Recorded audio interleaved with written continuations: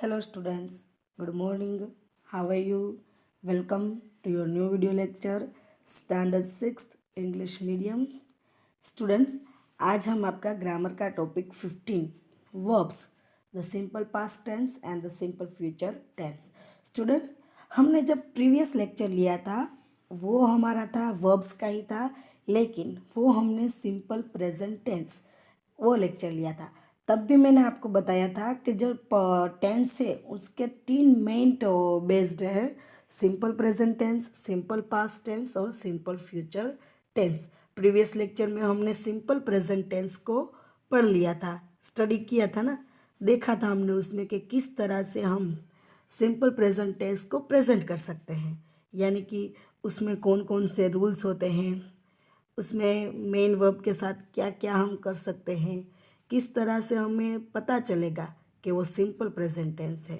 इसी तरह से सिंपल पास्ट टेंस में भी ऐसा है कि हम जो वर्ब है, वर्ब को देखते ही हमें पता चलेगा कि ये सिंपल पास्ट टेंस है, क्योंकि सिंपल पास्ट टेंस में जो वर्ब होता है उनका पास्ट वर्ब यूज़ होता है, जबकि सिंपल प्रेजेंट टेंस में हमने मेन वर्ब या फिर हमने तब वो भी पढ़ा था कि थर्ड पर्सन सिंगुलर होता है, तो वर्ब्स के एंडिंग में हम एस या फिर ईएस लगाते हैं. सिंपल पास्ट टेंस में थोड़ा अलग है, वर्ब के एंडिंग में हम कहीं पे ईडी लगा सकते हैं तो कहीं पे उनका रूप ही इरेगुलर वर्ब हो जाते हैं. तो हम आगे यही पढ़ेंगे. तो simple past tense, we use the simple past tense to show action that have happened in the past. Simple past tense का यूज़ हम कब करेंगे कि जब हम पास्ट में कुछ हमारा हो चुका हो, उसी को हम कहते हैं पास्ट टेंस, यानी कि जो एक्शन थी हमारी वो पास्ट में हो चुकी है, उसके बारे में हम सिंपल पास्ट टेंस में यूज़ करेंगे. Mrs Jain lived in Srinagar years ago. देखिए स्टूडेंट्स, इस सेंटेंस में जो मिसिस जैन है वो बहुत साल पहले श्रीनगर में रहती थी, तो ये पास्ट की बात है, इसीलिए यहाँ पे लिव का हो जाता है lived. There she worked as a nurse. It was the time of the Kargil war. The enemy invaded Kashmir. Mrs. Jane walked to the hospital every morning. The street was quite lonely. Mrs. Jane knew she would be late. Just then she heard a siren. देखिए student, यहाँ पे red line में जो लिखे red word है वो सारे simple past tense के वर्ब्स के रूप हैं, यानी कि सिंपल पास्ट टेंस में जो हम वर्ब यूज़ करते हैं उसको थोड़ा अलग, यानी कि पास्ट वर्ब यूज़ करेंगे. तो lived, worked, was, invaded, walked, was, वापस न्यू, फिर हर्ड, ये सब सिंपल पास्ट टेंस के रूप हैं.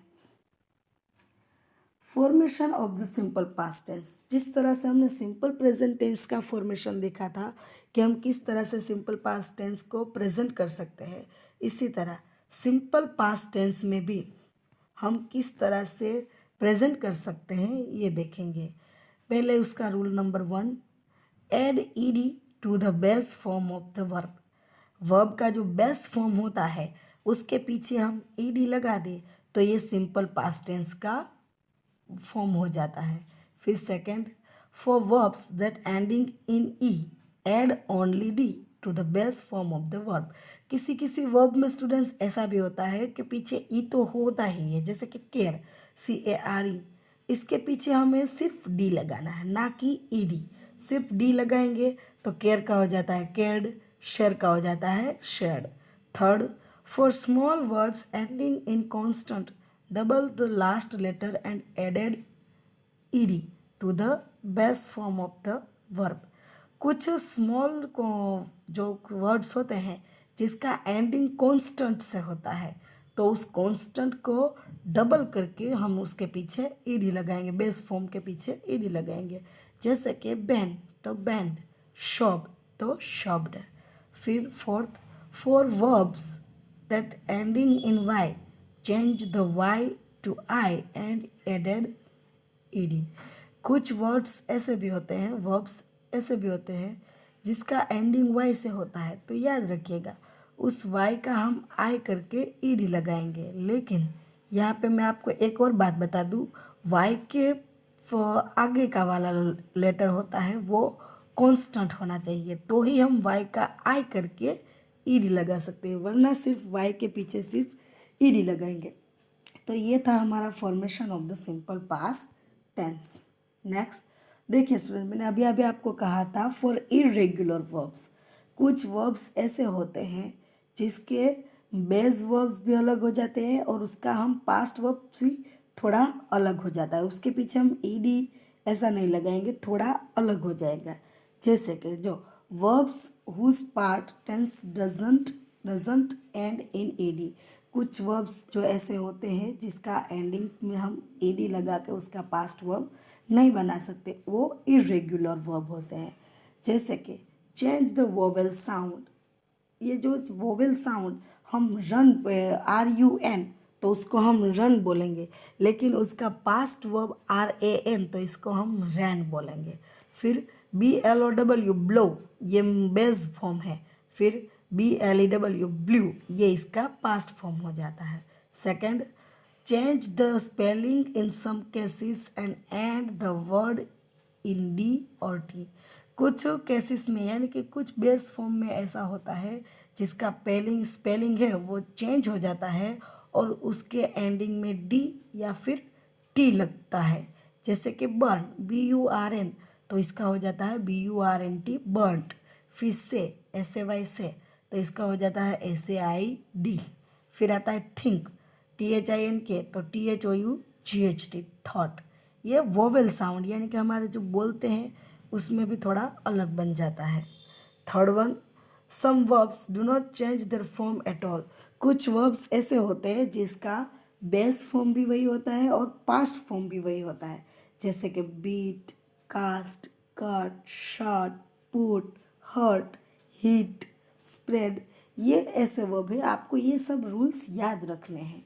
Okay, next B, compound preposition. Compound prepositions are made up for more than one word. Compound preposition है वो एक से ज़्यादा वर्ड का बना हुआ वर्ड होता है। The match was postponed because of the rain. देखिए बिकॉज ऑफ है वो preposition है, लेकिन compound preposition। फिर previous to his job I used to work at McDonald's. फिर third, everyone Singh together with me, ये जो रेड वर्ड्स है वो सभी कंपाउंड वर्ड है। सभी स्टूडेंट्स आपको होमवर्क में इसकी एक्सरसाइज मेरे साथ ग्रामर में भी फिल करते जाइएगा और होमवर्क में भी रफ बुक में लिखनी है। Fill in the blanks with the suitable preposition from those given below, box में दिए गए जो प्रेपोजिशन है उसको आपको यहाँ पे फिल इन द ब्लैंक्स करने हैं। Soldier give up their lives for the sake of their country, या the sake of their country ऐसा होता है। Second, will you accept the credit card instead of cash. Fourth, according to the forecast it will be sunny today. Fourth, Sonam along with her friend Rima was at party. You can contact me at this number in case of any emergency. We stay right next to the post office. The boys studied night and day in order to get a first class. In spite of ill health, he continued studying. Students, ये सभी preposition है एक से ज़्यादा word में बने हुए, इनको हमें सूटेबल ब्लैंक्स मैंने आपको लिख दी और ये समझा दिया। ये आपको अपनी ग्रामर में फिल कर लेना है और रफ बुक में वन टाइम लिखना है। Underline the preposition in the story below, नीचे जो स्टोरी दी गई है उसमें से आपको प्रेपोजिशन के नीचे अंडरलाइन करनी है। Mister Crock, an old sly crocodile, lived beneath a rock in the shallow edge of the river. One fine morning, he saw Vinay driving into देखिए स्टूडेंट, मैंने यहाँ पे अंडरलाइन की गई है, आप देखते जाइएगा। Mister Crock slipped out from under the rock and sailed forward. He moved lazily below the boy, swimming in slow circles. There is plenty of time, he smiled to himself. Vinay noticed some movement below him. Looking down, he spotted Mr. Croc. The sight of the crocodile terrified him. He didn't want to die at the hands of the crocodile. He turned quickly and headed for the river bank. His friends there were shouting out to him. Mr. Croc swam fast but wasn't fast enough. Vinay's feet touched land and he ran towards his friends. Mr. Croc happened his jaws in disgust. Alas, he thought, maybe next time I will be lucky. ये पूरी story में students जो underline की गई है वो सभी preposition है। आपने भी ये अंडरलाइन कर ली होगी मेरे साथ साथ। अभी आपको होमवर्क में ये पूरा पैराग्राफ लिखना है और इसे पैराग्राफ के नीचे अंडरलाइन करनी है, क्योंकि हमारा रिवीजन हो जाएगा तो हमें पूरा स्टडी यानी कि माइंड में याद भी रह जाएगा, रिमेंबर भी हो जाएगा। ओके स्टूडेंट्स, तो हम यहाँ पे हमारा ये टॉपिक कंप्लीट करते हैं। नेक्स्ट टॉपिक नेक्स्ट लेक्चर में। बाय बाय, थैंक यू, जय Swaminarayan, stay home, stay safe.